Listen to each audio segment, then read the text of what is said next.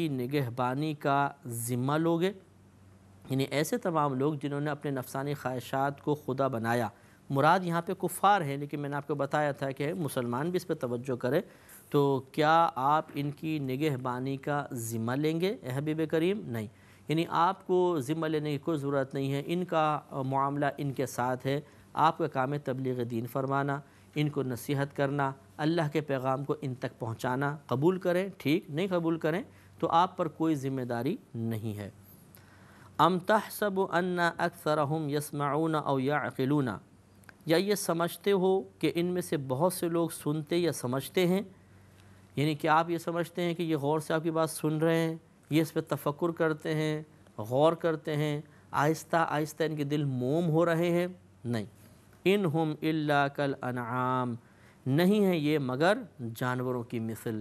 یعنی یہ تو صرف جانوروں کی ہی مثل ہیں۔ جیسے جانور ہوتے ہیں نا، کہ آپ بھینس کو سامنے بٹھائیے اور تبلیغ دین شروع کر دیجئے، خدا ایک ہے، رسول ایک ہے، یہ قرآن اللہ کی کتاب ہے، یہ شرعی احکام ہیں، تو وہ آخر میں بیان ہی کرے گی، وہ اور کچھ بھی نہیں کرے گی، وہ اپنا چارہ کھانا شروع کر دے گی، پانی پینا شروع کر دے گی، کیونکہ جانور ہے نا، اسے کیا پتہ آپ کیا بول رہے ہیں۔ اسی طرح اللہ تعالیٰ نے فرمایا کہ یہ جانوروں کی مثل ہیں، بالکل ان کو یہ مت سمجھیے کہ یہ آپ کی تبلیغ کو سن کے غور و تفکر کر رہے ہیں اور نصیحت پا رہے ہیں۔ تو یہ جو سخت قسم کے کٹر کفار تھے ان کے بارے میں ہے کہ یہ جانوروں کی طرح آپ کی بات کا اعتبار نہیں کریں گے، بل ہم اضل سبیلا، بلکہ ان سے بھی زیادہ بدتر گمراہ ہیں یہ، اس لیے کہ جانور میں کم از کم یہ احساس و شعور تو ہوتا ہے نا کہ وہ اپنے فائدے کی چیز کی طرف بڑھتا ہے، نقصان کی چیز سے بچتا ہے، اپنے بچوں کو اس سے محفوظ رکھتا ہے۔ یہ تو یہ بھی نہیں کر رہے، نقصان کی چیز کی طرف بڑھ رہے ہیں، یعنی اللہ کو چھوڑ کر غلط راستے کی طرف جانا، جو فائدے کی چیز ہے اس کی طرف آ نہیں رہے، اپنے بچوں کو نقصان اخروی نقصان سے بچا نہیں رہے، تو یہ تو جانور سے زیادہ بدتر ہو گئے۔ الم تر الی ربک کیف مد الظل، اے حبیب کریم صلی اللہ علیہ وسلم، کیا تم نے اپنے رب کو نہ دیکھا؟ کیف مد الظل، کہ کیسے اس نے سائے کو پھیلا دیا اپنے رب کی طرف، یعنی اپنے رب کی حکمتوں کی طرف، اس کی قدرت کے دلائل کی طرف، اس کی عظمت کی جو نشانیاں ہیں ان کی طرف۔ اے حبیب کیا آپ نے نہ دیکھا؟ یقیناً نبی کریم نے دیکھا ہے، مراد ہمیں مخاطب کرنا ہے کہ نبی کریم کے ذریعے خطاب نبی سے ہے، اور اصل میں تنبیہ ہمیں ہے کہ ذرا ان چیزوں پہ نگاہ ڈالو اور اللہ تبارک و تعالیٰ کی عظمت کو محسوس کرو، کہ جب قلب اللہ تعالیٰ کی عظمت کو اپنے اندر محسوس کرتا ہے تو پھر اس سے ڈرتا بھی ہے، اس کی اطاعت کی طرف مائل بھی ہوتا ہے۔ لہٰذا کیا آپ نے نہ دیکھا کہ کیسا اللہ تعالیٰ نے سائے کو پھیلا دیا؟ تو جب صبح صادق ہوتی ہے، آپ فجر پڑھ کے باہر نکلتے ہیں، روشنی ہو جاتی ہے، چیزیں نظر آ رہی ہیں پوری، جہاں تک یہ موسم ہے، کیونکہ علاقوں کے حساب سے بدلتا ہے، اس وقت کسی اور آپ یورپ کنٹری میں چلے جائیں تو کوئی اور موسم ہوگا، لیکن ہم یہاں کی بات کر رہے ہیں۔ مثلا آپ نے فجر کی نماز پڑھ لی، تھوڑی جماعت سے آپ باہر نکلے، اجالا ہو گیا، ہر طرف سایہ سایہ ہے، کہیں دھوپ کی کوئی کرن نہیں، سب نظر آ رہا ہے، سایہ ٹھنڈا سایہ ہے۔ تو یہ کس نے سایہ کیا؟ ایک ہی ذات نے، وہ اللہ تعالیٰ ہے۔ وَلَوْ شَاءَ لَجَعَلَهُ سَاكِنًا، اور اگر چاہتا اللہ تبارک و تعالیٰ تو اسے ٹھہرا ہوا کر دیتا، ساکن کر دیتا، یعنی سائے رہتا، کبھی دھوپ ہی نہ آتی، وہ اس پر قادر تھا۔ ثُمَّ جَعَلْنَا الشَّمْسَ عَلَيْهِ دَلِيلًا، پھر ہم نے سورج کو اس پر دلیل کیا، یعنی سایہ واقعی سایہ ہے، کیونکہ جب سورج آیا تو آہستہ آہستہ یہ سایہ ختم ہونا شروع ہوا، تو معلوم یہ ہوا کہ پہلے سایہ تھا پھر سورج آیا۔ اگر سورج پیدا ہی نہ کرتا اللہ تعالیٰ اور سایہ رہتا تو اس سایہ کا آپ کو احساس نہ ہوتا، آپ یہ نہ کہتے کہ یہ سایہ ہے، بلکہ آپ اس کو ایک موسم تصور کرتے کہ ایک موسم ہے۔ سائے کا تصور اسی وقت پیدا ہوگا جب سائے کو مٹانے والی کوئی چیز آئے گی، تو ہمیں پتہ چلے گا ہاں اب سایہ تھا۔ اگر سب زندہ رہتے، کوئی مرتا ہی نہیں، تو موت کا احساس کیسے ہوتا؟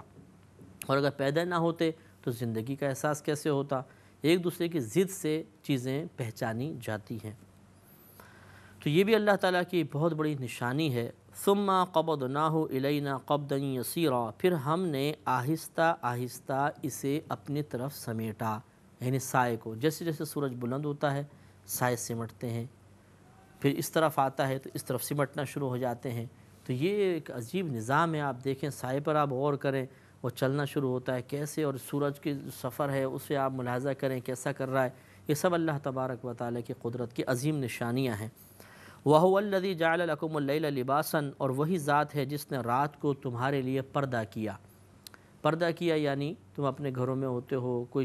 کسی کو ایک دوسرے کو نہیں دیکھ پاتے ہو، یا رات کے اندھیرے کی وجہ سے ہمیں نظر نہیں آتا، ایک پردہ سا چھا جاتا ہے، اندھیرا چھا جاتا ہے۔ وَالنَّوْمَ سُبَاتًا، اور نیند کو آرام بنایا، یعنی باعث آرام بنایا اسی ذات نے۔ وَجَعَلْنَا النَّهَارَ نُشُورًا، اور دن کو اٹھنے کے لیے بنایا کہ تم اٹھو کام کاج کرو، دن اس لیے مقرر کر دیا۔ تو ہر چیز آپ دیکھیے کہ ایک موسم اللہ نے پیدا کیا، اس موسم کی کچھ تقاضے پیدا کر دیے، ہم ان تقاضوں کو پورا کرتے ہیں اور اس طرح راحت و سکون پاتے ہیں۔ وَهُوَ الَّذِي أَرْسَلَ الرِّيَاحَ، اور وہی ذات ہے جس نے بھیجی ہوائیں، بشراً بین یدی رحمتہ، اپنی رحمت کے آگے خوشخبری سناتی ہوئیں۔ کیونکہ جب ٹھنڈی ہوائیں چلنا شروع ہوتی ہیں تو ہم کہتے ہیں کہ کہیں بارش ہونے والی ہے، کہ بڑی ہوا ایسے چل رہی ہے، یعنی بارش سے پہلے کی جو ہوائیں وہ مراد ہیں کہ جو اللہ کی رحمت کی خوشخبری سناتی ہوئی آتی ہیں کہ اب کچھ عرصے بعد بارش ہوگی۔ یہ کس نے چلائی؟ وہی ذات ہے کہ جس نے ان ہواؤں کو چلایا اور آنے والی بارش کے لیے ایک نشانی اور علامت قرار دے دیا۔ وَأَنزَلْنَا مِنَ السَّمَاءِ مَاءً طَهُورًا، اور ہم نے آسمان سے پاک کرنے والا پانی اتارا۔ طہورا معنی ہوتا ہے جس میں یہ فعولن کا جو وزن ہوتا ہے، اس میں کسی کام کے بار بار کرنے کا مطلب اظہار ہوتا ہے۔ تو طہورا سے مراد جو بار بار پاک کرنے والا ہے، ایسا پانی اتارا جو پاک کرنے والا ہے۔ تو اسی لیے یہ احناف کے نزدیک یہ آیت اس بات کی دلیل ہے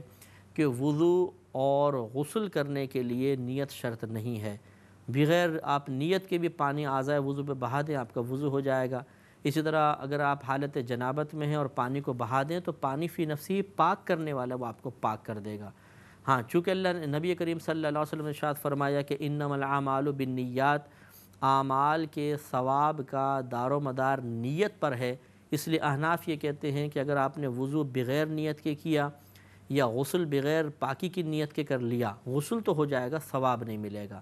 تو ہمارے نزدیک جب پانی استعمال کیا جائے گا تو اس سے فی نفسی ہی خود بخود پاکی حاصل ہو جائے گی، آپ نیت کریں یا نہ کریں۔ جیسے آگ جلائیں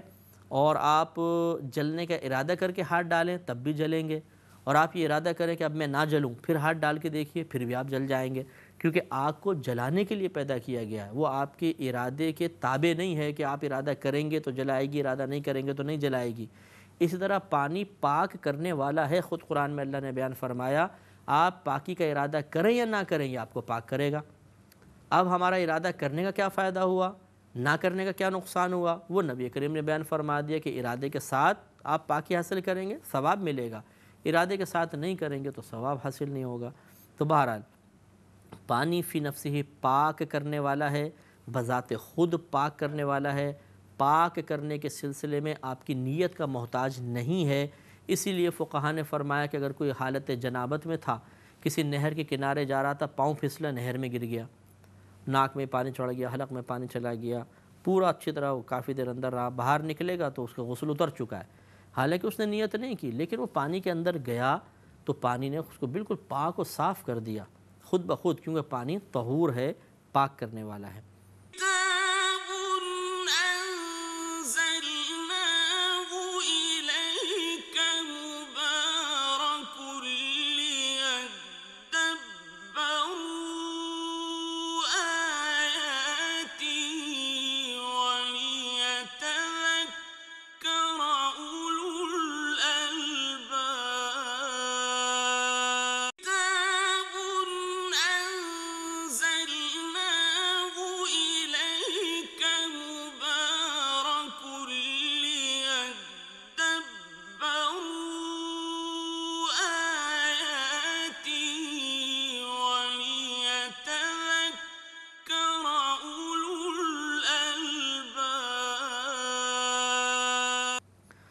تو اللہ نے ارشاد فرمایا کہ وَأَنزَلْنَا، اور نازل کیا ہم نے مِنَ السَّمَاءِ آسمان سے مَاءً طَہُورًا پاک کرنے والا پانی، لِنُحْيِيَ بِهِ بَلْدَةً مَيْتًا وَنُسْقِيَهُ مِمَّا خَلَقْنَا أَنْعَامًا وَأَنَاسِيَّ كَثِيرًا۔ کیوں نازل کیا؟ اس کی ایک علت ایک وجہ بیان فرمائی تاکہ ہم اس سے زندہ کریں کسی مردہ شہر کو، یعنی جہاں کی فصلیں تباہ ہو گئیں، خشک سالی ہے، تو اس سے مردہ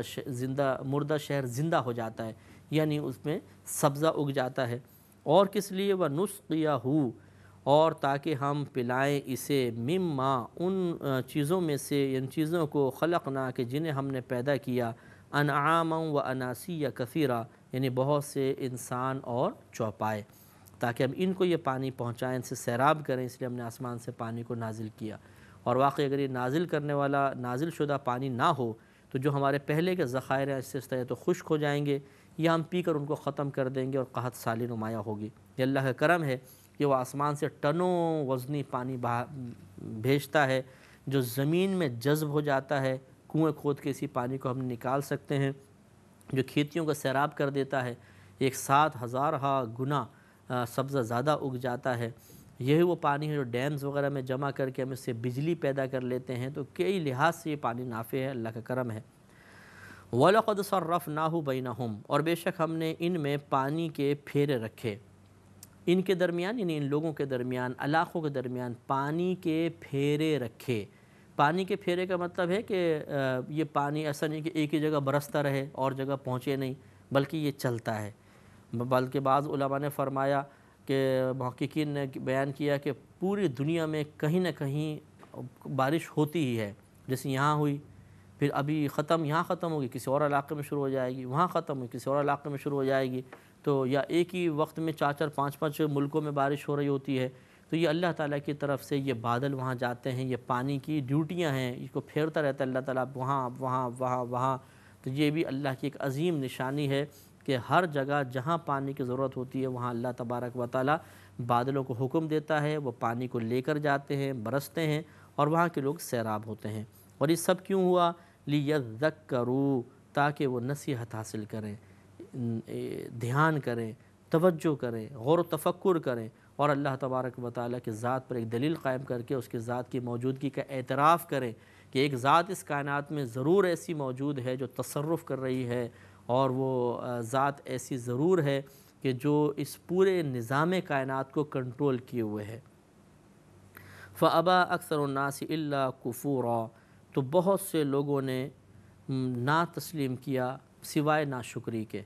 کہ انہوں نے صرف ناشکری ہی کا شعار اپنا ناشکری کو اپنا شعار بنا لیا، وہ ان چیزوں کو دیکھ کر کوئی عبرت حاصل نہیں کرتے۔ جیسے ہم لوگ بھی ہیں، غافل مسلمان ہیں بالکل، ہم ان چیزوں پہ دیکھ کے کوئی تفکر نہیں کرتے، کوئی 1 منٹ بھی ایسا نہیں ہوتا کہ دیکھنے کے بعد آنکھیں بند کر کے ہم سوچیں کہ واہ سبحان اللہ، اللہ تعالیٰ تیری کیا قدرت ہے، کیا نشانی، بے پرواہی کے ساتھ نگاہ ڈالتے ہیں اور نکل جاتے ہیں۔ اس کے برعکس حیرت ہوتی ہے کہ ایک عام مصور کوئی تصویر بنا لے، ہم کسی ایگزیبیشن میں جائیں تو بولتے ہیں کیا تصویر بنائی ہے، حیرت زدہ ہو کے دیکھتے ہیں کہ واہ کیا تصویر بنائی ہے، کیا اس نے پھول تیار کیا ہے، کیا یہ ڈیکوریشن پیس بنایا ہے، کیا یہ فلاں ملک نے وہ فلاں چیز ایجاد کر لی ہے، اس پہ تو بڑے حیران ہوتے ہیں۔ لیکن خالق نے پوری کائنات کے اندر ہزارہا نشانیاں پیدا کی ہیں، ہزارہا چیزیں پیدا کی ہیں، ان کو دیکھ کر ہم اس طرح حیران نہیں ہوتے کہ اللہ تعالیٰ تو نے کیا پیدا کیا ہے۔ ہوتے ہیں لیکن بہت کم لوگ ہوتے ہیں، یہ کیفیات ہم پر اکثر و بیشتر طاری ہونی چاہیے۔ مثلا آپ زیادہ دور نہ جائیں، آپ بیٹھے ہوئے ایک مچھر ہی آپ کے پاس آ کے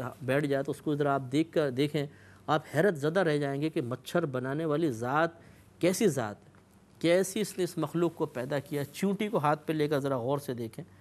یا مطلب کہ مائکروسکوپ اگر آپ کے پاس ہو تو وہ ذرا لگا کر چیونٹی کو دیکھ لیجئے گا، اور آپ حیرت زدہ ہو جائیں گے کہ کیا اتنی سی باریک سی چیز کے اندر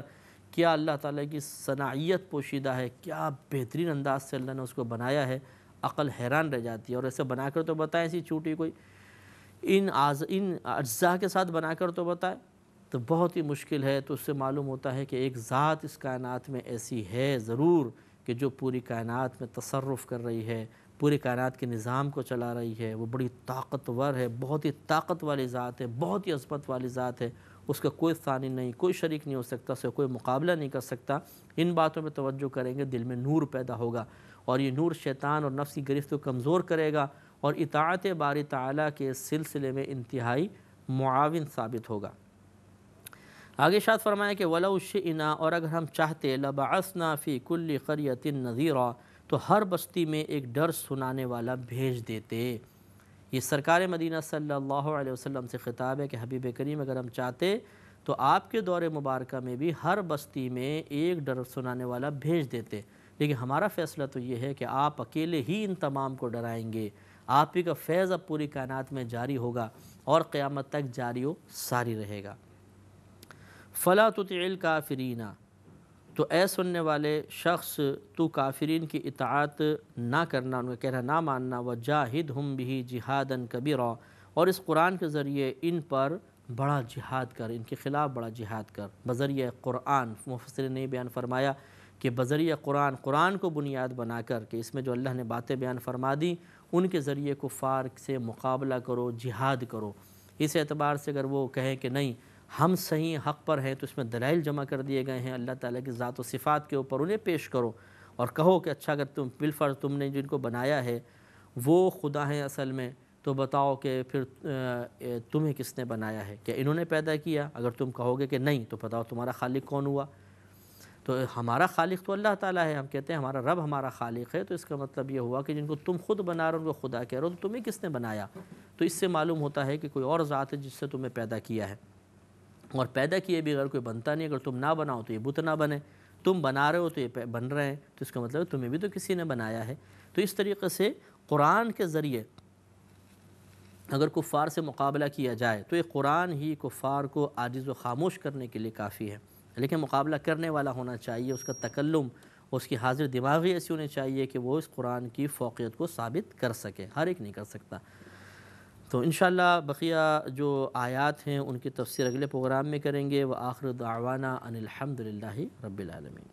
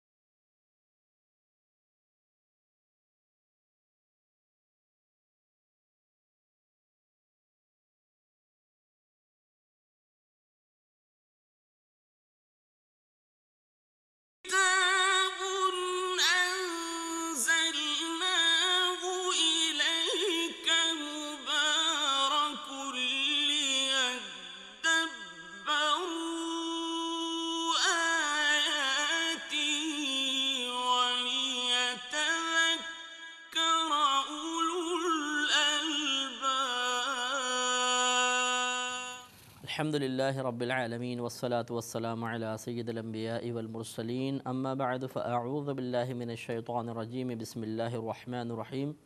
سورۃ الفرقان کی تفسیر چل رہی تھی اور تقریباً 52 آیات کی تفسیر مکمل ہو گئی ہے، اور ماقبل آیات میں اللہ تبارک و تعالیٰ اپنی عظمت اور قدرت کا بیان فرما رہا ہے کہ اس نے کیا کیا چیزیں پیدا فرمائیں، اور مختلف چیزوں کا تذکرہ فرمایا، مختلف احسانات کا تذکرہ فرمایا، اور ان چیزوں کے بیان سے مقصود ان لوگوں کو تنبیہ کرنا ہے کہ جو ایسوں کی عبادت کرنے کی کوشش کرتے ہیں کہ جو ان چیزوں کے خالق و مالک نہیں، بلکہ اپنے وجود میں، اپنی پیدائش میں، اپنے اس عالم میں آنے میں خود انسانوں کے محتاج ہوتے ہیں۔ تو یہ سمجھایا جا رہا ہے ان انعامات کے تذکروں کے ساتھ کہ جو رب کریم اتنی عظمت والا ہے، ان تمام چیزوں کو اس نے پیدا کیا، اس نظام کائنات کو چلا رہا ہے، اس کو چھوڑ کر ایسوں کی عبادت کرنا جو خود نفع یا ضرر کے مالک نہیں ہیں، یہ انتہائی خلاف عقل فعل ہے، اور اس کی نہ دنیا میں کوئی اس کی پذیرائی کرے گا یا اس کی تعریف کرے گا، اور نہ آخرت میں اس کا انعام ملے گا۔ یعنی کہ صاحب عقل آدمی کے سامنے اس کو پیش کیا جائے تو اس کا انکار ہی کرے گا کہ نہیں، ایسا بالکل غیر معقول چیز ہے کہ اتنی عظیم ذات کو چھوڑ کر ان کی عبادات کی جائے کہ جو خود اپنے وجود میں کسی غیر کے محتاج ہیں۔ اور اخروی اعتبار سے بھی دیکھا جائے کہ اگر آخرت کا ہم تصور رکھیں تو اللہ تعالیٰ کی اطاعت اور اس کی فرما برداری، اس کی توحید کا اقرار ہی اخروی لحاظ سے بھی فائدہ مند ہے۔ اس قسم کے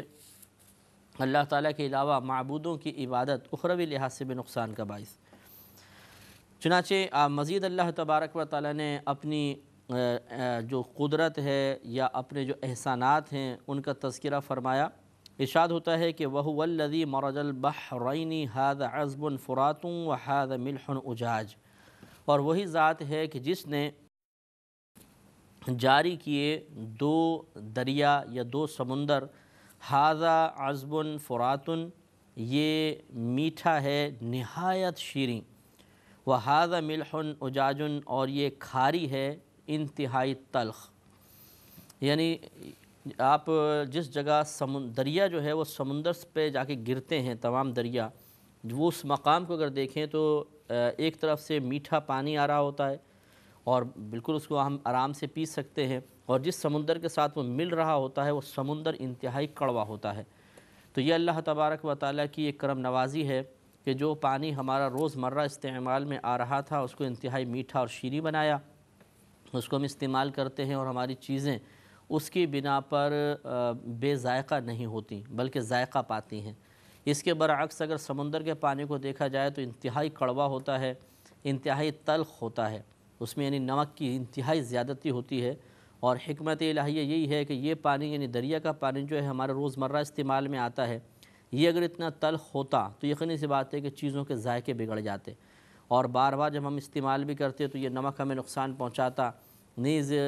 اس کی وجہ سے نہ صابن صحیح طرح استعمال ہو سکتا، نہ اور بہت سارے مسائل، کپڑے وغیرہ دھونے کے اندر الگ مسئلے ہوتے۔ تو یہ اللہ تعالیٰ نے ہماری بہتری کے لیے اس کو میٹھا اور شیریں رکھا، جبکہ سمندر کے اندر انتہائی نمک رکھا، کیونکہ تمام جو دنیا بھر کی گندگی ہے، غلاظت ہے، وہ نالوں کے ذریعے اسی سمندر میں گرتی ہے، اور سمندر کا تیز نمکین پانی ان کو یعنی نمک کی وجہ سے ان تمام چیزوں کو گلا دیتا ہے، اور گلنے کے بعد وہ سمندر کا حصہ بن جاتی ہیں، اور پھر سینکڑوں مخلوقات ہیں سمندر کے اندر جو ان چیزوں کو کھا پی کے ختم کر دیتی ہیں، اور وہ چیزیں تمام کے تمام پھر سمندر کا حصہ بن جاتی ہیں۔ اگر اتنا تلخ سمندر نہ ہوتا، اتنے کثرت سے اس میں نمک نہ پایا جاتا تو گلنے سڑنے کا اور گھل جانے کا، سمندر کا ایک حصہ بن جانے کا یہ سلسلہ جاری نہ رہتا۔ تو یہ تمام چیزیں سمندر میں گر جاتی ہیں، پھر وہی معاملہ ہوتا ہے کہ دھوپ پڑتی ہے، پانی بخارات کی شکل میں اوپر اٹھتا ہے، بادلوں کا حصہ بنتا ہے، اور بادل اس کو لے جا کے کہیں پہ بھی پھر برسا دیتے ہیں، اور جب برساتے ہیں تو وہی سمندر سے اٹھا ہوا جو بخارات ہوتے ہیں انتہائی میٹھے ہو کے دوبارہ زمین میں آ جاتے ہیں۔ تو یہ اللہ تبارک و تعالیٰ کی بڑی کرم نوازی ہے، اور بہت ہی عظیم اللہ تعالیٰ کی یہ قدرت کا اظہار ہے۔ اس پہ غور و تفکر کیا جائے تو عقل حیران ہو جاتی ہے۔ وَجَعَلَ بَيْنَهُمَا بَرْزَخًا وَحِجْرًا مَحْجُورًا، اور اللہ تبارک و تعالیٰ نے اور اس نے بنا دیا ان کے درمیان ایک پردہ اور روکی ہوئی آڑ، یعنی ایسی رکاوٹ بنا دی ہے درمیان میں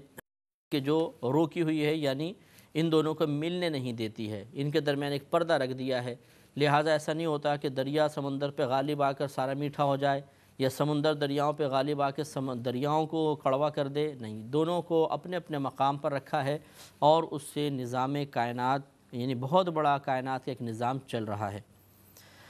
مزید آگے ارشاد فرمایا کہ وَهُوَ الَّذِي خَلَقَ مِنَ الْمَاءِ بَشَرًا، اور وہی ذات ہے جس نے پیدا کیا پانی سے بشر کو، بشر یعنی آدمی کو بنایا، اور بشر کا اطلاق جو ہے مرد و عورت دونوں پر ہوتا ہے، یعنی اللہ تبارک و تعالیٰ کی یہ بھی عظیم قدرت کا اظہار ہے کہ ایک ہی نطفہ انسان سے، ایک پانی کے قطرے سے اللہ تبارک و تعالیٰ اسی سے مرد کو پیدا کر دیتا ہے اور اسی سے عورت پیدا ہو جاتی ہے۔ بعض اوقات ٹوینز پیدا ہوتے ہیں، ایک لڑکا ایک لڑکی، ایک ہی طرح کا پانی ہے، عورت کے رحم ماں کے رحم میں رہتا ہے، اور اسی سے اللہ تبارک و تعالیٰ لڑکا اور لڑکی پیدا فرما دیتا ہے۔ اس میں بھی اللہ تبارک و تعالیٰ کی قدرت کا عظیم اظہار ہے۔ فَجَعَلَهُ نَسَبًا وَصِهْرًا، اور پھر اس کے رشتے اور سسرال مقرر کیا، یعنی بنایا اس کو نسب کے اعتبار سے اور سسرال کے رشتے کے اعتبار سے، یعنی ایک تو ہے باپ دادا سے نسب چلتا ہے، دوسرا اس کے جو رشتے بنتے ہیں وہ جب کسی عورت سے شادی ہو جاتی ہے آدمی کی تو مزید رشتے بن جاتے ہیں، ساس سسر اور اسی طرح عورت کے لیے دیور، جیٹھ، نندیں، اس طرح مختلف رشتے معارض وجود میں مزید آ جاتے ہیں۔ وَكَانَ رَبُّكَ قَدِيرًا، اور تمہارا رب قدرت والا ہے کہ اس نے یعنی ہزارہا چیزوں کے تغیر پر، تبدل پر، تبدیلی پر، اس نظام کائنات کو چلانے پر رب قادر ہے، قدرت رکھنے والا ہے۔ ان تمام باتوں کو بیان کرنے کے بعد پھر بے مروتوں کی بے مروتی کا تذکرہ ہے کہ جب اتنی عظیم ذات ہے جو پوری کائنات کے نظام کو چلا رہی ہے، مختلف چیزیں پیدا کر رہی ہے، اور اس کی پیدا کردہ ہر چیز پر اگر غور و تفکر کیا جائے تو وہ پکار کر کہہ رہی ہے کہ ایک ذات ضرور اس تمام نظام کے پیچھے، ان تمام چیزوں کے کو پیدا کیے جانے کے پیچھے ایک ذات کار فرما ہے، لیکن بہرحال بہت سا کا ذہن قبول نہیں کرتا ہے، اور وہ ان تمام دلائل کو نظر انداز کر کے ان کاموں کو کرتے ہیں جو عقل بھی درست تسلیم نہیں کرتی ہے۔ لہذا آگے ارشاد فرمایا کہ وَيَعْبُدُونَ مِن دُونِ اللَّهِ، وہ اللہ تبارک و تعالیٰ کے علاوہ کی عبادت کرتے ہیں، مَا لَا يَنْفَعُهُمْ وَلَا يَضُرُّهُمْ، جو نہ تو ان کو کچھ نفع دے سکتے ہیں اور نہ انہیں ضرر دے سکتے ہیں۔ تو اللہ تعالیٰ کو چھوڑ کر یہ ایسوں کی عبادت کرتے ہیں جو نفع دے سکتے ہیں، نہ ضرر دے سکتے ہیں۔ لہٰذا بہت تعجب کی بات ہے کہ ایک ذات جو ہر طرح کا نفع پہنچا رہی ہے، ضرر پہنچانا بھی اس کے دست قدرت میں ہے، اسے فراموش کر دیا جائے اور ایسی چیزوں کی طرف مائل ہو جائے جو خود اپنی ذات کے لیے ان پر قدرت نہ رکھتے ہوں، نہ خود کو نفع پہنچا سکتے ہیں، نہ خود ضرر سے اپنے آپ کو بچا سکتے ہیں۔ تو لہٰذا یہ انتہائی غیر مناسب اقدامات ہیں جس پر توجہ کی ضرورت ہے۔ لہذا ارشاد فرمایا وَكَانَ الْكَافِرُ عَلَى رَبِّهِ ظَهِيرًا، اور کافر اپنے رب کے مقابلے میں شیطان کو مدد دیتا ہے، یعنی وہ شیطان کو تقویت پہنچاتا ہے، رب کے خلاف وہ کام کرتا ہے۔ ہونا تو یہ چاہیے تھا کہ شیطان کی اطاعت سے منہ موڑ کر اللہ تبارک و تعالیٰ کے دربار میں حاضر ہوتا اور اللہ تعالیٰ پر ایمان لاتا، اس کی توحید کا اقرار کرتا، اسے اپنا رب تسلیم کرتا، اور جو اس نے پھر چیزیں بتائیں، جو احکام نافذ کیے، ان تعلیمات کو اختیار کرتا، احکام پر عمل کرتا تو کامیاب ہو جاتا۔ لیکن اس کے برعکس اللہ تبارک و تعالیٰ کی نافرمانی پر مصر ہونا یہ شیطان کی امداد ہے۔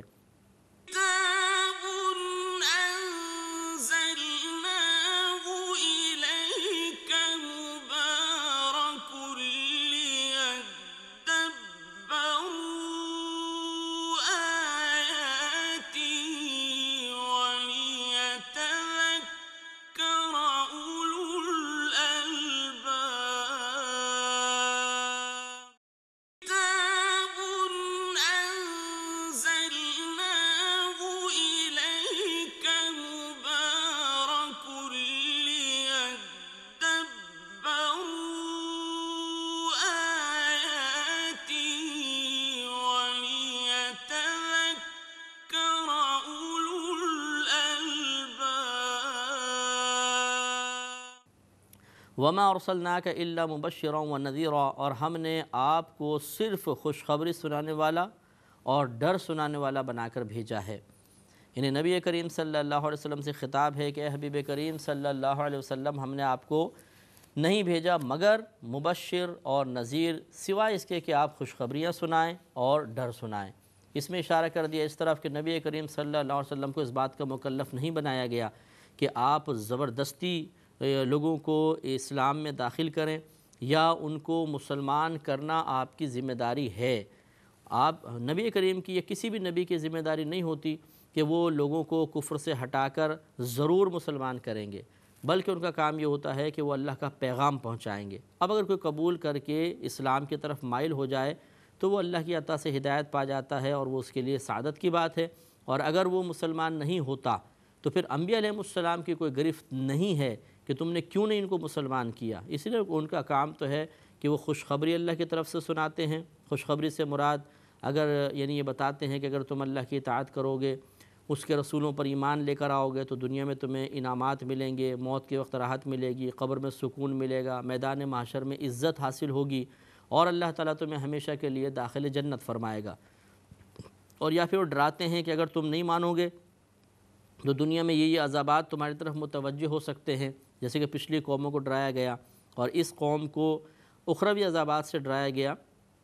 ہم پر اگرچہ انشاءاللہ اجتماعی عذاب نہیں آئے گا، یہ منع کر دیا گیا ہے کہ نبی کریم صلی اللہ علیہ وسلم نے اللہ کی بارگاہ سے یہ دعا مانگی کہ میری امت اجتماعی عذاب سے ہلاک نہ ہو۔ الفاظ مختلف ہیں لیکن یہی آپ کا مطمع نظر تھا، اور اللہ تبارک و تعالی نے آپ کی اس دعا کو درجۂ قبولیت عطا فرمایا، اور اب ہم پر اجتماعی عذاب نہیں آئے گا۔ تو اخروی عذاب بہرحال ہمارے لیے بھی بیان ہوئے ہیں، اور تو وہ ڈراتے ہیں کہ دنیا میں یہ ہوگا، پھر موت کے وقت یہ ہوگا، قبر میں یہ ہوگا، میدان محشر میں ذلت و رسوائی، اور جہنم میں داخلہ۔ بس اتنا ان کا کام ہوتا ہے۔ اس کے بعد یہ نہیں ہے کہ وہ ڈنڈا اٹھا کے لوگوں کے پیچھے پڑ جائیں، یا ان کو یہ مکلف بنایا گیا ہو کہ ڈنڈے مار مار کے لوگوں کو آپ دین کی طرف مائل کریں گے، نہیں کریں گے، یہ مسلمان نہیں ہوں گے تو آپ کی گرفت ہو جائے گی۔ اس کے انبیاء علیہ السلام مکلف نہیں۔ تو جب انبیاء علیہ السلام مکلف نہیں تو ہم تو بدرجہ اولیٰ اس کے مکلف نہیں ہوں گے۔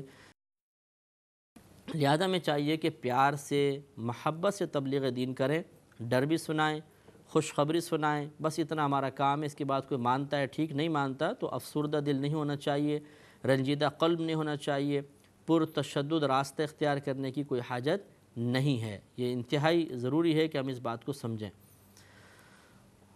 آگے ارشاد فرمایا، قل، اے حبیب کریم صلی اللہ علیہ وسلم آپ فرما دیجئے، ما اسألکم علیہ من اجر، میں اس پر تم سے کسی اجر کا، کسی بدلے کا سوال نہیں کرتا ہوں۔ یعنی حبیب آپ ان سے کہہ دیجئے کہ میں جو تبلیغ دین کر رہا ہوں تو میں راہ راست کی طرف بلا رہا ہوں، ہدایت کی دعوت دے رہا ہوں، تو میں اس پر تم سے کوئی مزدوری طلب نہیں کر رہا، کوئی اجرت طلب نہیں کر رہا، کوئی مال و متاع اس کا بدلہ کے طور پہ مجھے نہیں چاہیے۔ ہاں، الا من شاء، مگر وہ شخص جو چاہے، ان یتخذ الی ربہ سبیلا، کہ وہ بنا لے اپنے رب کی طرف ایک راستہ۔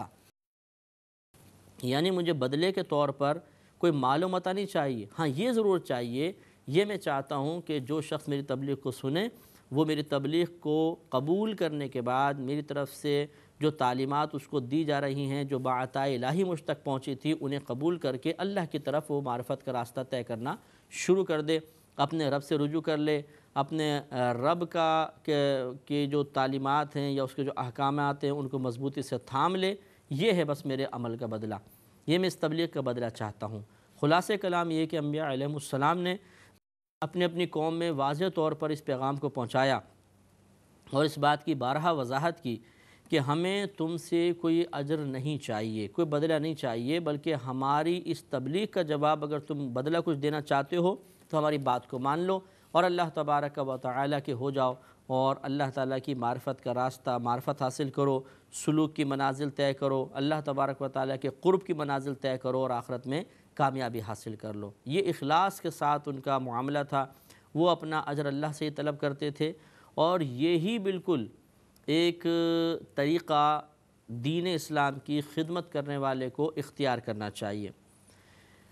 تبلیغ دین کے سنہری اصولوں میں سے، یا تبلیغ دین کامیاب اگر آپ تبلیغ دین کرنا چاہتے ہیں تو اس کے ایک بنیادی اصولوں میں سے یہ ہے کہ انسان اخلاص کے ساتھ دین کی خدمت کرے۔ اگر پیسے کا لالچ آ گیا، مطمع نظر دنیاوی مال و متاع ہوا، تو پھر وہ شخص اخلاص کے ساتھ کام نہیں کر سکے گا، اخلاص سے محروم ہو جائے گا، اور جہاں اخلاص کم ہوتا ہے وہاں شیطانی مداخلت ضرور ہو جاتی ہے، اور جہاں شیطانی مداخلت ہوگی وہاں برکت ختم ہو جائے گی۔ اس لیے پیسے کی طلب کوئی بری چیز نہیں ہے۔ پیسہ جمع کرنا اگر رزق حلال ہو اور اس پیسے کے ہم حقوق ادا کر رہے ہوں، حقوق اللہ بھی، حقوق العباد بھی، تو پیسہ رکھنا کوئی برا نہیں ہے۔ کلام یہاں پر یہ ہے کہ اپنی تبلیغ دین کے بدلے میں دنیاوی مال و متاع کا ارادہ کرنا، ان کو حاصل کرنے کا ارادہ کرنا، یہ ہے برا۔ لہذا اگر تبلیغ دین کرے آدمی تو انتہائی اخلاص کے ساتھ کرنے کی کوشش کرے۔ ایک شخص ایک مرتبہ حضرت سفیان ثوری رحمۃ اللہ علیہ کے پاس ایک تحفہ لے کر آیا، تو آپ نے فرمایا کہ میں یہ نہیں لوں گا۔ عرض کی کہ کیوں؟ آپ نے شاید فرمایا اس لیے کہ ہو سکتا ہے تم نے مجھ سے علم پڑھا ہو اور یہ تحفہ اس علم کا بدلہ بن جائے۔ اس شخص نے عرض کی کہ یقین کیجئے میں نے آپ سے کچھ بھی کبھی بھی نہیں پڑھا۔ تو آپ نے فرمایا کہ ہاں مجھے یاد آیا، تمہارے بھائی نے مجھ سے علم حاصل کیا ہے، تو ایسا نہ ہو کہ اللہ تعالیٰ بروز قیامت فرمائے کہ تم نے جو اس کے بھائی کو علم پڑھایا تھا یہ اس کا بدلہ بن گیا، لہٰذا آپ نے نہیں لیا۔ لیکن اس سے ہرگز یہ مطلب نہیں ہے کہ جو مدرسین حضرات یا ٹیچرز تنخواہ لیتے ہیں پڑھانے کی وہ غلط ہے، وہ اپنے مقام پہ بالکل درست ہے، لیکن یہ ضرور نیت ہونی چاہیے کہ ہم پڑھانے کے، علم دینے کے پیسے نہیں لے رہے، بلکہ اپنے وقت کے پیسے لے رہے ہیں۔ یہ نیت میں اخلاص پیدا کرنا، یعنی نیت کو درست کرنا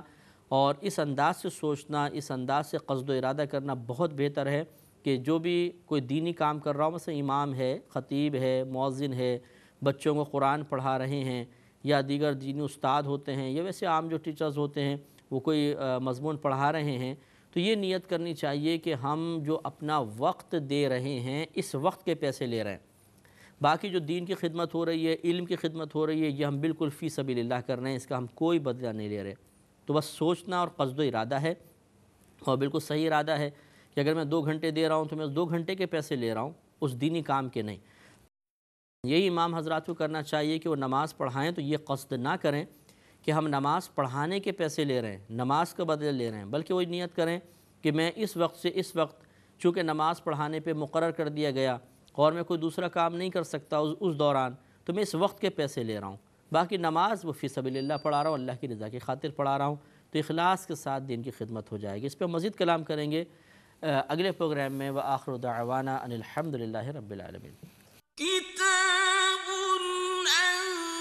أنزلناه إليك مبارك ليدبروا آياته وليتذكر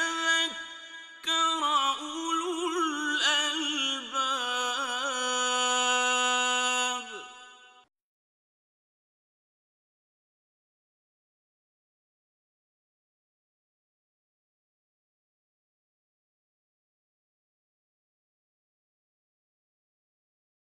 كتاب أنزلناه إليك مبارك ليدبروا آياته وليتذكر أولو الألباب۔ الحمد للہ رب العالمین والصلاة والسلام علی سید الانبیاء والمرسلین، اما بعد فاعوذ باللہ من الشیطان الرجیم، بسم اللہ الرحمن الرحیم۔ سورۃ الفرقان آیت نمبر 57 کی تفسیر چل رہی تھی۔ اس میں نبی کریم صلی اللہ علیہ وسلم کو اللہ تبارک و تعالی نے حکم ارشاد فرمایا کہ اے حبیبہ فرما دیجئے ان لوگوں سے کہ میں تم سے جو کچھ میں یہ کام کر رہا ہوں تبلیغ دین کا، اس پر کوئی اجر میں تم سے نہیں لینا چاہتا، کوئی بدلہ، کوئی اجرت یا مزدوری نہیں لینا چاہتا ہوں، کوئی دنیاوی مال و متاع مقصود نہیں ہے، بلکہ صرف تمنا یہ ہے کہ تم اس کے بدلے میں میری بات کو قبول کر کے اللہ تبارک و تعالیٰ کے قرب کی منازل کو طے کرو۔ اس پر ہماری گفتگو چل رہی تھی کہ جتنے بھی انبیاء علیہ السلام آئے انہوں نے تبلیغ دین سے دنیا کمانے کا بالکل ارادہ نہیں کیا، لیکن اس کا مطلب ہرگز یہ نہیں ہے کہ آج دین کا کوئی بھی کام کرنے والا اس کے دین کے کام کے لیے جو وقت نکال رہا ہے اس وقت کی اجرت بھی نہیں لے سکتا، وہ بالکل لے سکتا ہے۔ لہٰذا امام حضرات ہیں یا مؤذن ہیں، خادمین ہیں یا اساتذہ ہیں جو پڑھاتے ہیں بچوں کو، اسی طرح کوئی اور شخص جو دین کی کسی بھی لحاظ سے خدمت کر رہا ہے، تو وہ اگر یہ نیت کرے تو نور علی نور ہے کہ میں اپنا جو وقت دے رہا ہوں اس کی اجرت لے رہا ہوں، اور جو میں دین کا کام کر رہا ہوں وہ اللہ کی رضا کے لیے بالکل مفت ہے، فی سبیل اللہ میں کر رہا ہوں، تو بالکل اس کا یہ عمل پر اخلاص کہلائے گا۔ دیکھیے خلفائے راشدین جو گزرے ہیں، خصوصاً سیدنا ابوبکر صدیق رضی اللہ تعالی عنہ جب خلیفہ بنے تو حضرت عمر فاروق رضی اللہ تعالی عنہ نے ملاحظہ کیا کہ آپ بازار میں جا رہے ہیں، تو پوچھا کہ یا امیر المومنین آپ بازار میں؟ تو کہا کہ ہاں، اگر میں کماؤں گا نہیں تو گھر کا نظام کیسے چلے گا؟ تو عمر فاروق رضی اللہ تعالی عنہ نے عرض کی کہ اگر آپ بازار میں رہے تو خلافت کا نظام کیسے چلے گا؟ لہٰذا آپ پھر اکابر صحابہ کرام کے پاس گئے اور مشاورت کی اور یہ طے پایا کہ حضرت ابوبکر صدیق رضی اللہ تعالی عنہ کو بیت المال سے باقاعدہ وظیفہ دیا جانا چاہیے تاکہ آپ خلافت کے کاموں کے لیے بالکل یکسوئی سے فارغ ہو جائیں اور یکسوئی کے ساتھ کام کریں، اور ابوبکر صدیق رضی اللہ تعالی عنہ نے اسے قبول بھی فرمایا۔ لہٰذا اس سے یہ معلوم ہوا کہ حضرت ابوبکر صدیق رضی اللہ تعالی عنہ جیسی شخصیت خلافت کے کاموں کا بدلہ نہیں لے رہی تھی، بلکہ خلافت کے کاموں کے لیے جو آپ وقت دے رہے تھے اور اس کی وجہ سے آپ ذریعہ معاش کی طرف متوجہ نہیں ہو سکتے تھے، اس وقت کا آپ بدلہ لے رہے تھے، اور یہ شرعاً جائز ہے، اس میں کوئی آپ کا ثواب میں کمی نہیں ہوگی۔ اسی طرح جتنے بعد میں مجاہدین ہوتے رہے ان کی باقاعدہ تنخواہیں مقرر کی جاتی تھیں، وہ جاتے تھے جہاد کرتے تھے۔ اب جہاد تو اللہ کی رضا کی خاطر ہی ہونا چاہیے، لیکن وہ جاتے رہے اور پھر باقاعدہ تنخواہیں ملتی تھیں۔ اور پھر خود نبی کریم صلی اللہ علیہ وسلم کے دور مبارکہ میں آپ دیکھ لیں کہ صحابہ کرام جب کسی غزوے میں فتح یاب ہوتے تو مال غنیمت کے طور پر بہت سارا مال ان کے ہاتھ میں آتا تھا، تو کیا یہ کہا جائے گا کہ اس جہاد کا یہ مال بدلہ بن گیا؟ نہیں، وہ جہاد اللہ کی رضا کی خاطر کرتے تھے اور انعام کے طور پہ اللہ کی طرف سے یہ حصہ مقرر تھا۔ لہذا یہ معلوم ہوا کہ ہمیشہ دین کا کام کرنے کے بعد اگر کوئی آدمی دنیاوی مال و متاع لیتا ہے تو وہ اس دین کے کام کا بدلہ نہیں ہوتا، بلکہ یہ موقوف ہوتا ہے قصد پر، ارادے پر، نیت پر۔ تو وہ ہم نے آپ کو ایک اچھی نیت یہ عرض کر دی کہ اگر آدمی وقت کے پیسے لے، اپنے نیک عمل کے پیسے نہیں لیتا تو یہ بالکل جائز ہے۔ اس لیے اگر کوئی دینی استاد وغیرہ ہیں یا کوئی بھی دینی کام کرنے والا، وہ جب اجارہ کرنے لگے، معاہدہ کرنے لگے، تو اس طرح کریں کہ مثال کے طور پر ایک کسی نے کہا بھی ہم آپ کو استاد رکھنا چاہتے ہیں، آپ یہ بچوں کو پڑھائیں گے، تو وہ پوچھیں بھئی کتنے سے کتنے وقت تک مجھے پڑھانا ہوگا؟ مثلا انہوں نے کہا کہ 4 گھنٹے، تو وہ بولیں گے 4 گھنٹے کے میں اتنے پیسے لوں گا بس اپنے اس کے۔ اب وہ اس 4 گھنٹے میں ان سے کیا کام لینا چاہتے ہیں، جو دین کا کام کروانا چاہتے ہیں، اس کے کوئی پیسے طے نہ کریں، وقت کے پیسے طے کریں۔ اسی طریقے سے اگر یہ تراویح کے اندر جو حفاظ ہوتے ہیں، یہ مسجدوں میں جاتے ہیں، تراویح پڑھاتے ہیں اور اس کے پیسے ان کو دیے جاتے ہیں۔ بعض اوقات باقاعدہ طے ہوتا ہے، بھئی آپ کتنے پیسے لیں گے تراویح پڑھانے کے؟ بولتے ہیں مجھے 2000، 4000، 5000، جتنا بہترین قاری ہے اتنے ہی وہ زیادہ پیسوں کی ڈیمانڈ ہوتی ہے۔ تو فقہا نے اس کو بھی منع لکھا ہے کہ اگر کوئی ایسا تراویح پڑھانے والا حافظ ہے جو اپنے تراویح کے پیسے مقرر کرے تو امید ہے کہ اس کو اجر و ثواب نہیں ملے گا، کیونکہ اس نے اپنے عمل کا بدلہ لیا۔ تو یہاں پر بھی یہی طریقہ اختیار کرنا چاہیے حفاظ کو کہ وہ یوں طے کریں کہ میں روزانہ عشاء کی نماز کا جب وقت شروع ہوتا ہے اس وقت سے لے کر، اور مثلا تراویح ختم ہوتی ہے 2 گھنٹے میں بالفرض، یعنی عشاء پوری پڑی، تراویح وطر وغیرہ 2 گھنٹے میں ختم ہوتے ہیں، تو روزانہ کے 2 گھنٹوں کا میں روزانہ ٹائم دوں گا اور 1 مہینے کے اتنے پیسے لوں گا۔ تو اب وہ وقت کا اجارہ کر رہے ہیں تو یہ بالکل شرعاً جائز ہوگا۔ ایسے ہی نعت خواں حضرات ہوتے ہیں، یہ بھی جاتے ہیں، لوگ ان کو نذرانے وغیرہ دے دیتے ہیں، پیسے دے دیتے ہیں، تو یہ بھی جہاں پر جائیں تو اگر یہ اجارہ باقاعدہ کرنا چاہتے ہیں، کوئی معاہدہ کرنا چاہتے ہیں، تو اپنے وقت کا معاہدہ کریں کہ میں آؤں گا، اتنے سے اتنا وقت آپ کو دوں گا اور اس وقت کے میں اتنے پیسے لوں گا، وقت کے پیسے۔ پھر وہ نعت وغیرہ پڑھیں تو وہ بالکل اس پہ کوئی اجر نہ طلب کریں، کوئی انعام کا لالچ نہ ہو، تو یہ صورت بہت اچھی ہے کہ وہ وقت کا اجارہ کر رہے ہیں، اس کرنے میں اجارہ کرنے میں کوئی شرعاً حرج نہیں ہے۔ تو اس لیے کوشش یہی کرنی چاہیے کہ انسان اپنے جو نیک اعمال ہیں ان کو بڑا خالص رکھے، اور تھوڑی سی حکمت کے ساتھ یہ ممکن ہے کہ آدمی دنیاوی بدلہ بھی لے سکتا ہے اور اجر و ثواب بھی ضائع نہ ہو۔ اب بعض لوگ یہ کہہ دیا کرتے ہیں کہ جی انہوں نے تو یہ جو لوگ ہیں مطلب ائمہ حضرات ہیں یا امام یا خطیب حضرات ہیں اور دینی استاد ہیں، انہوں نے تو دین کو دنیا کمانے کا ذریعہ بنا لیا۔ اب سوال یہ پیدا ہوتا ہے کہ آپ کیا چلے جو یہ اعتراض کر رہا ہے، کیا آپ نے یہ جو گروپ ہے، یہ جو حضرات ہیں دیندار قسم کے، کیا آپ نے ان کے لیے متبادل کوئی ذریعہ معاش کا اہتمام کیا؟ اگر آپ نے کیا ہے تو پھر تو بڑی معقول بات ہے کہ بھئی جب ایک ذریعہ معاش موجود ہے، آپ یہاں سے پیسہ کما سکتے ہیں، تو کیوں آپ دین کے بدلے میں پیسہ لے رہے ہیں مثلا؟ لیکن ایسا کچھ بھی نہیں۔ اب آپ طنز بھی کریں اور مطلب یہ کہ ان کو برا بھلا بھی کہیں اور ان کے لیے کوئی ذریعہ معاش بھی مقرر نہ کریں، تو بتائیے کہ ایک دین کا کام کرنے والا جس نے اپنے آپ کو دین کے کام کے لیے وقف کر لیا ہے، تو وہ کیسے گزارا کرے گا؟ اس کے بھی بیوی بھی ہے، بچے بھی ہیں، اس کا اپنے ہزاروں اس کے تقاضے ہیں، جسمانی تقاضے ہیں، کچھ لوگوں دنیاوی تقاضے ہوتے ہیں، وہ خاندان سے تعلق رکھتا ہے، شادی بیاہ، موت میت، ہزاروں مقامات پہ خرچ کرنا پڑتا ہے، وہ کہاں سے کرے گا؟ تو یہ ایک غلط رویہ ہے کہ کسی دیندار کے اوپر طنز کرنا اور اس کو یہ کہنا کہ تم نے دین کو دنیا کمانے کا ذریعہ بنا لیا ہے، یہ قطعاً غیر مناسب ہے، وہ دین کے لیے وقف ہے تو اس کو یہ حق حاصل ہے کہ پھر وہ کوئی ایسا بدلہ لے لے کہ جس بدلے کو حاصل کرنے کے بعد وہ یکسوئی کے ساتھ دین کا کام کر سکے۔ اب دیکھیں نا کہ اگر آپ مسجدوں کے امام حضرات ہیں، انہیں اگر یہ کہا جائے کہ آپ امامت کے پیسے نہ لیں، اللہ کی رضا کی خاطر پڑھائیں، اور آپ ان کو چاہتے بھی یہ ہیں کہ یہ مسجد میں 5 ٹائم نظر آئیں، تو بتائیے وہ کس وقت جا کے کام کرے گا؟ کون سا ایسا کاروبار ہے کہ وہ اسے کر بھی لے اور پھر نمازوں کے ٹائم میں پابندی سے آ کے نماز بھی پڑھا لے؟ تو یہ بہت ہی مشکل ہے۔ اگر وہ ذریعہ معاش میں لگے گا تو لازم مسجد کا نظام بگڑے گا۔ مسجد میں ٹائم دیتا ہے تو آپ طنز کرتے ہیں کہ جی یہ تو نماز پڑھانے کے پیسے لے رہے ہیں۔ تو اس لیے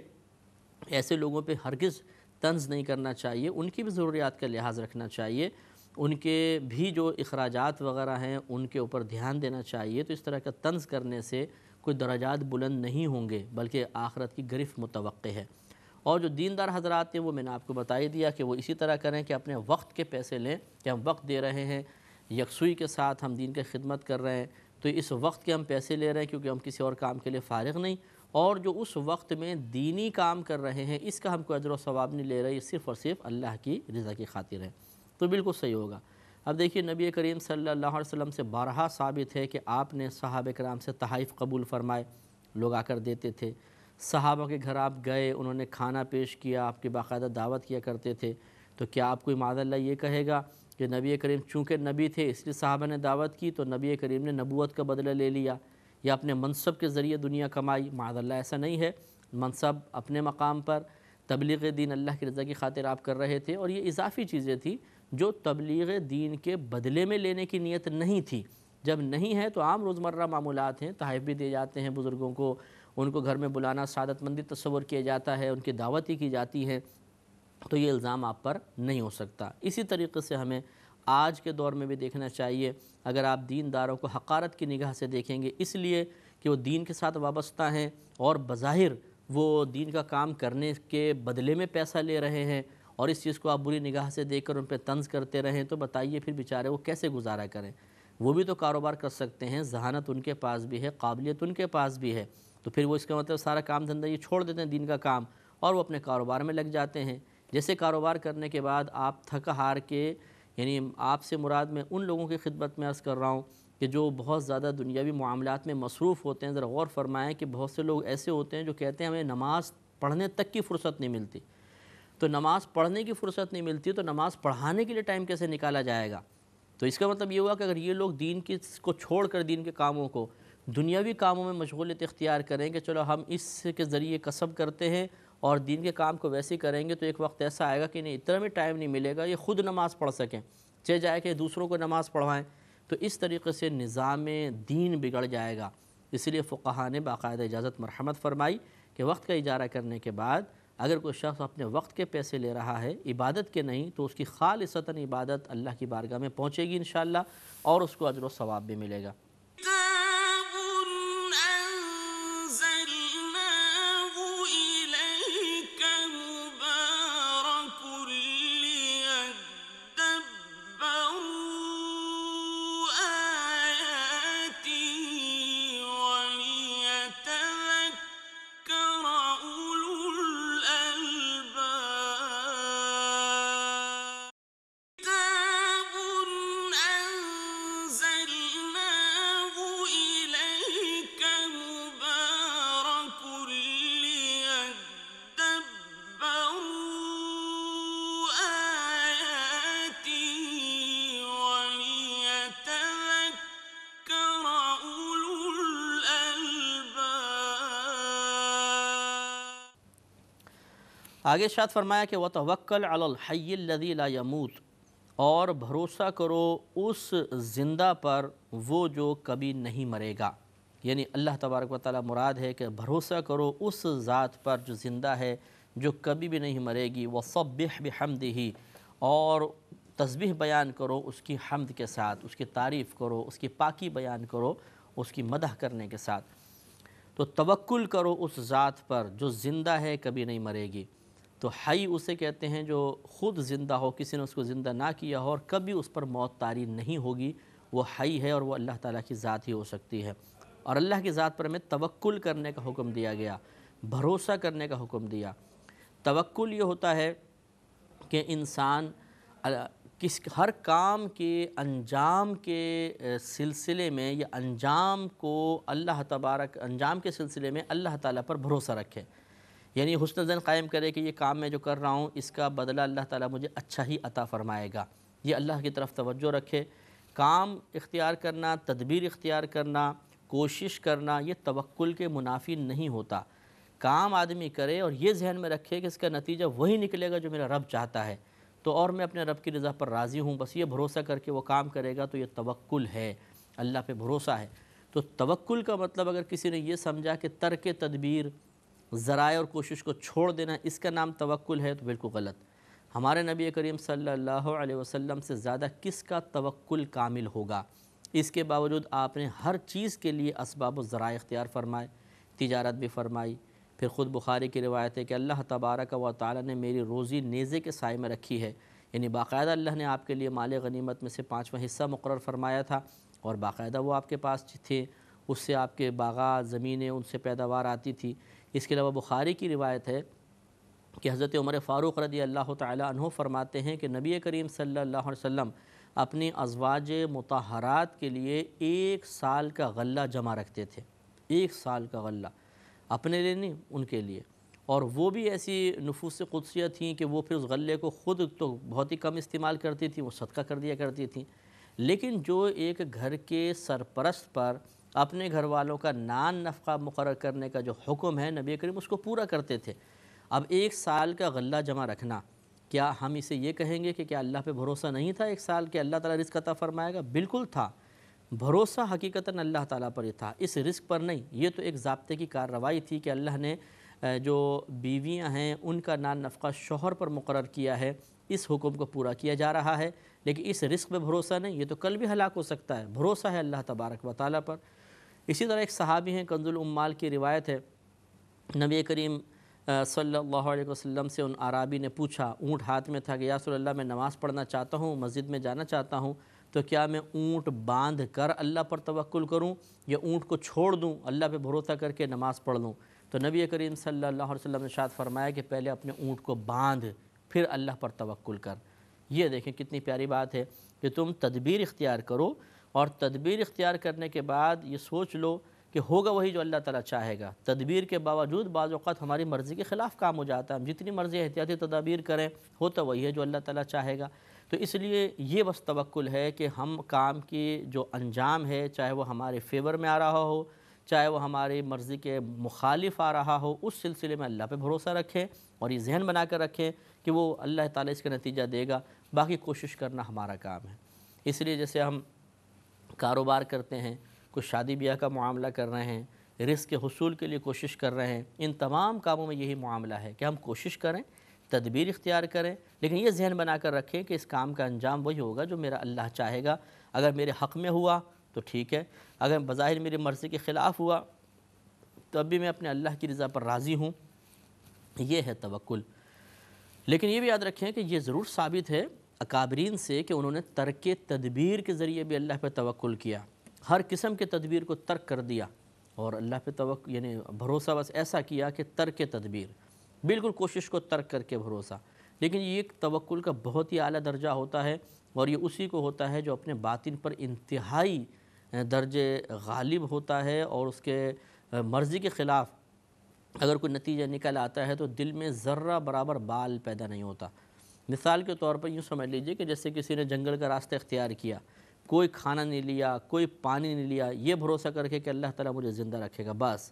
اور وہ نکل کھڑے ہوئے۔ اب اگر 1 دن کا، 2 دن کا، 3، 4، 5 دن کا فاقہ ہوا تو دل میں یہ خیال بھی نہیں گزرتا تھا کہ یار یہ میں نے کیا کیا، کھانا لے کے چلتا تو بڑا اچھا تھا، اللہ نے تو کچھ بھی نہیں دیا، معاذ اللہ، ایسا نہیں ہوتا تھا۔ بالکل 5ویں دن بھی ان کے اللہ پر بھروسہ کرنے کا وہی عالم ہوتا تھا جو 5 دن سے پہلے سفر شروع کرتے وقت تھا۔ یہ کامل توکل تو انہیں اکابرین کا حصہ تھا، یہ ہمارا حصہ نہیں ہو سکتا۔ تو ہمارے لیے حکم یہی ہے، اور ہمارے نبی کریم صلی اللہ علیہ وسلم نے اکثر یہی اپنی امت کی تعلیم کے لیے طریقہ اختیار کیا کہ آپ نے کوشش کی،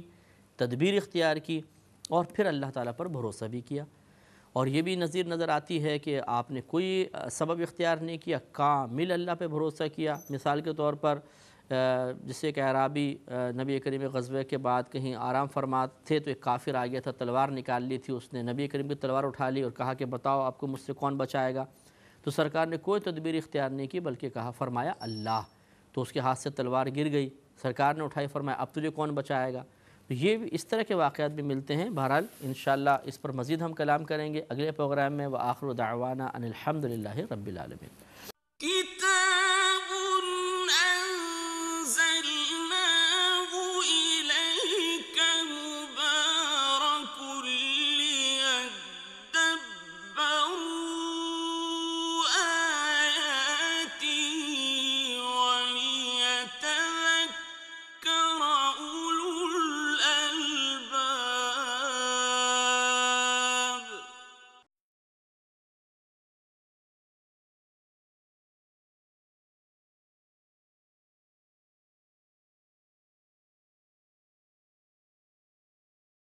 كتاب أنزلناه إليك مبارك ليدبروا آياته وليتذكر أولو الألباب.